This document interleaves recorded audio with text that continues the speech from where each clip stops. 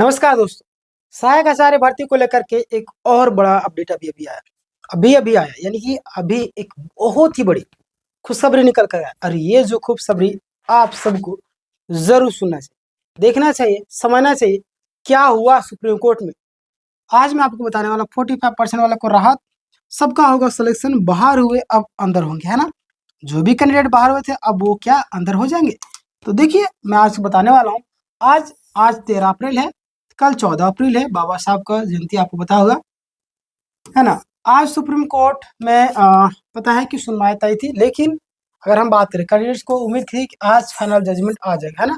बहुत सारे उम्मीदवार उम्मीद लगाए हुए थे, बहुत सारे कैंडिडेट उम्मीद जगाए हुए थे कि अंतिम फैसला आ जाएगा। लेकिन क्या होता है, आखिर क्या हुआ, इसको लेकर के आप सभी परेशान भी है। लेकिन अगर हम बात करें केस का जो नंबर है ना, कितना था, लगभग 54।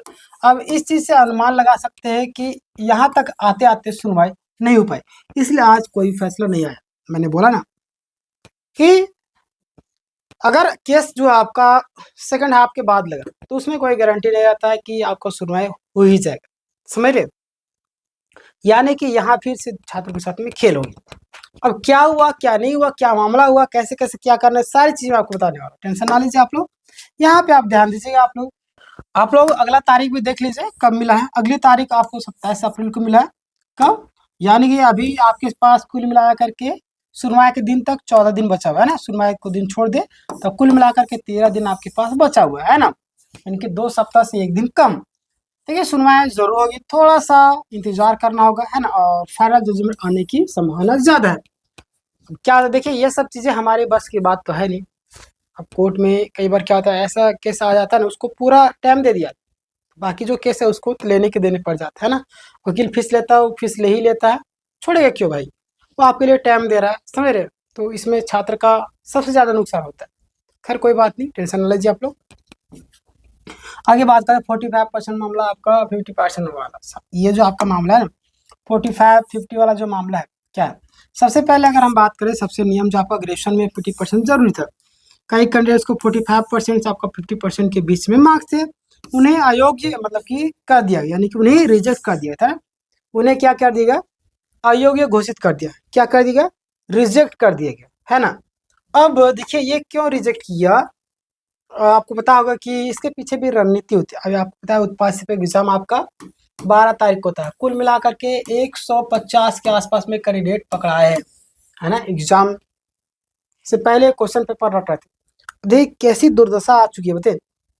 और बैस्कोप ने फॉलो अप वाले गए वहाँ पे भैया न्यूज़ कवर करने के लिए। वो जो जो पेपर पढ़ के बता रहे थे उसमें से एक भी ना मैच नहीं किया। अब हो सकता है कि ऐसा पेपर वहाँ जानबूझ के फेंका गया होगा, क्योंकि अगर पेपर फेंका गया, पेपर अगर उनको मिला होगा तो जाहिर बात उस तरीके से कोई फाड़ करके फेंकेगा नहीं। लेकिन या तो 2 तरीके से पेपर उनके पास होगा, समझ रहे। वो लोग जान रहे थे अगर पकड़ाएंगे तो ऐसा पेपर आपको ले जाना है, ताकि जेसीसी भी बच जाए और आपका भी काम हो जाए। हो सकता है ऐसे रणनीति लोग बनाए, अब क्या किए होंगे अब ये वो लोग ही जाने। लेकिन जिस तरीके से पेपर को पढ़ा जा रहा था और जो क्वेश्चन भी मैच कर रहे थे, एक भी क्वेश्चन मैच नहीं किया। 2-3 क्वेश्चन शायद कहीं मैच किया, बाकी बात कुछ भी नहीं। तो यानी कि हो सकता है एक रणनीतिक था, या तो ये लोगों को ठगा गया हो। 160 कुल लोग थे, 160 में से 150 पढ़ने के लिए गए थे उसके आसपास में, है ना। अब समझिए एक हॉस्पिटल बन रहा है यहाँ, मेडिकल कॉलेज, कंस्ट्रक्शन का काम चल रहा है और वहाँ पे छात्रों को ले जा करके क्वेश्चन रटवाए जा रहे हैं, क्वेश्चन आंसर। अब समझिएगा जो मेहनत करे उसका क्या होगा, यानी कि कहीं ना कहीं अंदर से कुछ ना कुछ तो झोल होता होगा, तभी तो ऐसा सिचुएशन बना। अभी जो ऐसा काम करे उसको कड़ा से कड़ा सख्त सजा दे, और वैसे स्टूडेंट को भी कड़ा सख्त देना चाहिए, ताकि रूह कांप जाए ऐसा करने से पहले, समझ रहे। ऐसे काम करना चाहिए।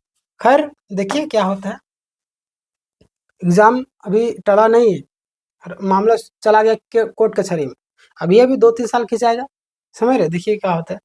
अब मामला कोर्ट में है, कैंडिडेट अपील है की खबर के अनुसार जितने भी कैटेगरी जो भी ST SC OBC वालों को राहत मिल सकती है, 45% वालों को भी मौका मिलने की उम्मीद बनी हुई। क्लियर, चलिए आगे बात करते हैं। सब्जेक्ट कॉम्बिनेशन को लेकर के जो इशू आ रहे थे, ध्यान दीजिए आप लोग। कई सारे कैंडिडेट्स को सब्जेक्ट मिसमैचिंग के कारण बाहर कर दिया गया था, इस पर भी केस चल रहा है ना। लगातार कोई विज्ञापन, जब तक कोर्ट कचहरी का आशीर्वाद ना ले, दर्शन ना कर ले, तो कोई विज्ञापन कंप्लीट हुआ है क्या झारखंड में? ऐसा ही होता है ना। झारखंड पुलिस का विज्ञापन वापस ले ली, कक्षपाल वाला जहाँ कस्टडी लगा हुआ था, अभी देखिए क्या सिस्टम बना। उत्पाद वाला एग्जाम लिया, तुरंत जाकर केस हो गया। बताइए निर्णय क्या होगा। तो कोर्ट एक साथ सभी मुद्दों को कॉमन जजमेंट दे सकता है ना। ये मामला काफी ज्यादा तो लंबा से चल रहा है, तो सभी मामलों में एक साथ आपको जजमेंट मिल जाएगा, है ना। पारा शिक्षक की बात करें, पारा शिक्षक में फैसला रिजर्व समायोजन को लेकर के, तो कहीं ना कहीं रोजी रोटी चल रहा है वकीलों का भी। छात्र जाकर कोर्ट कचहरी करते रहते हैं, है ना। हाई कोर्ट में क्या चल रहा है, तो मामला झारखंड हाई कोर्ट में भी चल रहा है। मुख्य मुद्दा आपको 2 साल बीएड वाले जो भी कैंडिडेट है, आपको ध्यान देना है। अभी सुनवाई नहीं हुई, लेकिन जल्द ही सुनवाई होने की उम्मीद है और फैसला भी आने की उम्मीद है। जीएसएससी है ना, जीएसएससी लिख दे, जीएसएससी और एसएससी। क्योंकि जीएसएससी क्या कर रहे हैं, आखिर जीएसएससी के कुछ तो फर्ज है भाई, वो आयोग है, कुछ ना कुछ तो फर्ज होना चाहिए। तो वो स्वीकार ही नहीं करती कि पेपर लीक हुआ है, समझ रहे।